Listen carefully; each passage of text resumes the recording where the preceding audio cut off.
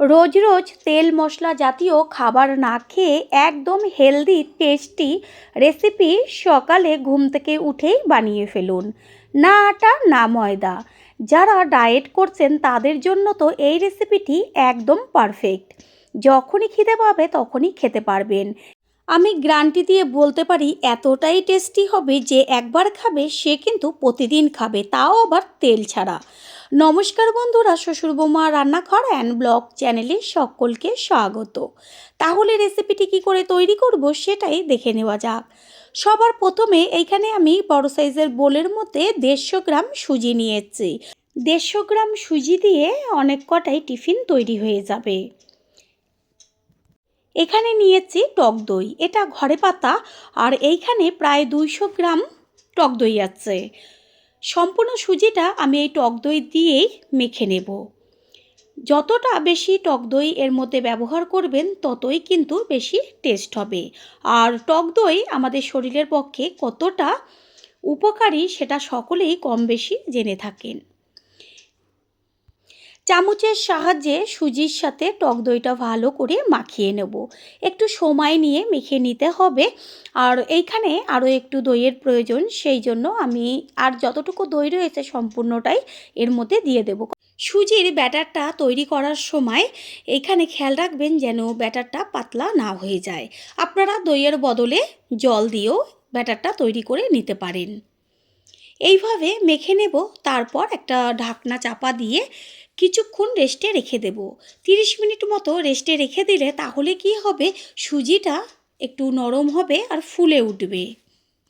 সুজি রেস্টে থাক, আর এদিকে আমি আগের থেকে কিছুটা পরিমাণ মটরশুঁটি খোসা ছাড়িয়ে রেখেছি। এবার মটরশুঁটিগুলোকে একটা মিক্সিং জারের মধ্যে আমি দিয়ে দেবো। মটরশুঁটিগুলো ধুয়ে নিয়েছি। ঝালের জন্য দেব কাঁচা লঙ্কা, যে যেমন ঝাল খাবেন সেই অনুযায়ী লঙ্কাটা কম বেশি ব্যবহার করবেন। আর দিয়ে দেব ধনেপাতা, বেশ কিছুটা পরিমাণ ধনেপাতা আমি এর মধ্যে দিয়ে দিলাম। এবার একসাথে পেস্ট করে নেব। আর ধনেপাতাও আমাদের ডায়েটের জন্য ভীষণ একটা উপকারী উপকরণ। সামান্য একটু জল দিয়ে দিয়েছি, এরপর পেস্ট করব। 30 মিনিট বাদে ফিরে এসে ঢাকনাটা সরিয়ে দিয়ে আমি সুজির ব্যাটারটা দেখিয়ে দিচ্ছি। সুজিটা অনেকটা পরিমাণ ফুলে গেছে আর নরমও হয়ে গেছে, আর দইটাও বেশ টেনে গেছে, বেশ একটু থকথকে হয়ে গেছে। এর মধ্যে আমি কোনো রকম আর জল ব্যবহার করব না, কারণ আর কিছু উপকরণ এর মধ্যে মিশাবো। মটরশুঁটি, কাঁচা লঙ্কা আর ধনেপাতার যে পেস্টটা করে রেখেছিলাম, এইবার এই সম্পূর্ণ পেস্টটা আমি এই ব্যাটারের মধ্যে দিয়ে দেব। কতটা টেস্টি হতে চলেছে রেসিপিটা সেটা তো বোঝাই যাচ্ছে। সম্পূর্ণটা দিয়ে দিলাম। আর গ্যাসের ওভেনে আমি একটা তড়কা প্যান বসিয়েছি, আর তার মধ্যে দিয়ে দেব একদম অল্প পরিমাণ সাদা তেল। যতটুকু তেল দেব এইটুকু তেলে অতখানি সুজির ব্যাটার, তার সাথে মটরশুঁটির কাইটা রয়েছে।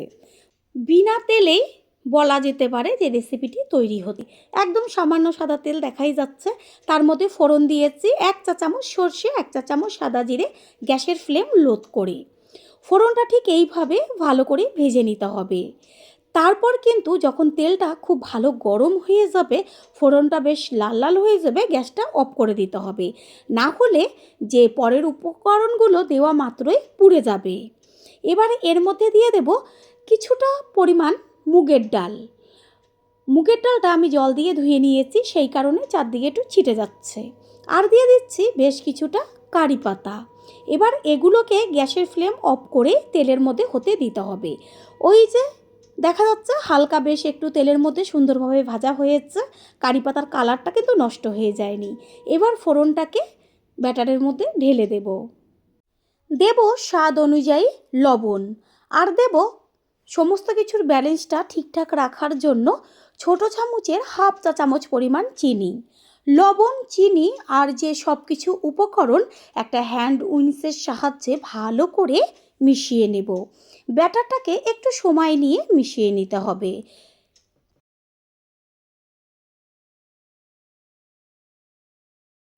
ব্যাটারের বোলটাকে সাইডে রেখে তারপর আমি ছোট সাইজের 4টে বাটি নিয়েছি। আর বাটিগুলোর গা ভালো করে মুছে নিয়ে এবার ব্রাশ দিয়ে সাদা তেল সমস্ত বাটির গায়ে মাখিয়ে নিচ্ছি। সবশেষে ব্যাটারের মধ্যে দেব আমি ছোট চামচের 1 চা চামচ পরিমাণ খাবার সোডা। এখানে আপনারা বেকিং পাউডার বা ইনো ব্যবহার করতে পারেন। দেব টেস্টটা আরেকটু টেস্টি হবার জন্য লেবুর রস। আর লেবুর রস খাবার সোডার ওপর পড়া মাত্রই কত সুন্দর বেশ ফেনা ফেনা মতন হয়ে গেছে, মানে একটা অ্যাসিড তৈরি হয়েছে। এইটাতে কি হয় যে ইনো দিলে পরে যে কাজটা হয় এটা সেম কাজ হবে। আর খাবার সোডা তো এমনি ব্যাটারটাকে ফুলিয়ে দেবে। এবার হ্যান্ড উইন্সের সাহায্যে ভালো করে সম্পূর্ণ ব্যাটারটার সাথে খাবার সোডাটাকে মিশিয়ে নিতে হবে। এত সুন্দর ফুলবে যেটা আপনারা দেখতেই পাবেন। ব্যাটার একদম রেডি হয়ে গেছে, আর কতটা ঘন বা কতটা পাতলা হবে সেটা তো বোঝাই যাচ্ছে। ব্যাটারটা একটু ঘন রাখলে তাহলে ভীষণ ভালো হবে, কারণ অল্প সময়ে টিফিনটা তৈরি হয়ে যাবে। আর পাতলা হলে একটু বেশি সময় লাগবে। তবে জলটা আপনারা যদি ব্যবহারই করেন একদম অল্প পরিমাণ দিবেন, আর দই দিলে তো জলের কোনো প্রশ্ন নেই। এবার হাতায় করে 1 হাতা করে ব্যাটার নিয়ে বাটির মধ্যে দিয়ে দেব। বাটিটা সম্পূর্ণ ভরবো না, অর্ধেক করে ব্যাটার বাটির মধ্যে দেব, কারণ এগুলো কিন্তু একদম ফুলে বাটির ওপরে উঠে যাবে। তাহলে বোঝাই যাচ্ছে যে এতটুকু ব্যাটার দিয়ে কতগুলো টিফিন তৈরি হয়ে যাবে। এইভাবে সব বাটিগুলো আমি ব্যাটারে ভরে নেব। তারপর হাত দিয়ে একটু থিতিয়ে দেব। পুরনো বন্ধুদের সবসময় আমাদের পাশে এইভাবে ভালোবেসে সাপোর্ট করার জন্য অনেক অনেক ভালোবাসা। গ্যাসের ওভেনে কড়াইয়ের মধ্যে দিয়েছি জল, আর জলটা ভালো করে গরম করে নেব।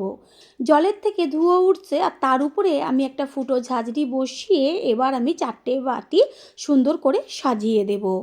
প্রথম পর্যায়ে গ্যাসের ফ্লেমটা হাই করে দেব। যখন দেখবেন যে একটু ফুলতে শুরু করেছে আর বেশ ধোঁয়া উঠছে, সেই সময় গ্যাসের ফ্লেমটা লোতে রাখতে হবে। একটা ঢাকনা চাপা দিয়ে দিয়েছি। 4 থেকে 5 মিনিট বাদে ফিরে এসে আমি ঢাকনাটা দেখিয়ে দিচ্ছি সরিয়ে যে কতখানি ফুলে উঠেছে। দেখাই গেছে যে আমি হাফ বাটি করে দিয়েছি, আর এইখানে ফুলে একদম বাটির ওপরে উঠে যাচ্ছে প্রথমেই। ওপর দিকটাও বেশ ফেটে যাচ্ছে। আবারও ঢাকনা চাপা দিয়ে দেব, কারণ এটা সম্পূর্ণ কাঁচা রয়েছে। এবার আরও 15 থেকে 20 মিনিট বাদে ফিরে এসে আমি আবারও ঢাকনাটা সরিয়ে দিয়ে এবার দেখা যাচ্ছে যে কালারটা অনেকটা চেঞ্জ হচ্ছে, আর ওপরটা কত সুন্দরভাবে ফেটে ফেটে যাচ্ছে, বাটির ওপরে উঠে যাচ্ছে ফুলে।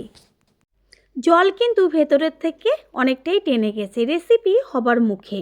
একটা কাঠি দিয়ে আমি দেখিয়ে দিচ্ছি যে এটা হলো কি না চেক করে। এখনও হয়নি, কাঠির গায়ে একটু লেগে যাচ্ছে। প্রথমবার যারা আমাদের চ্যানেল ভিজিট করছেন তাদের আন্তরিক শুভেচ্ছা ও অনেক ভালোবাসা।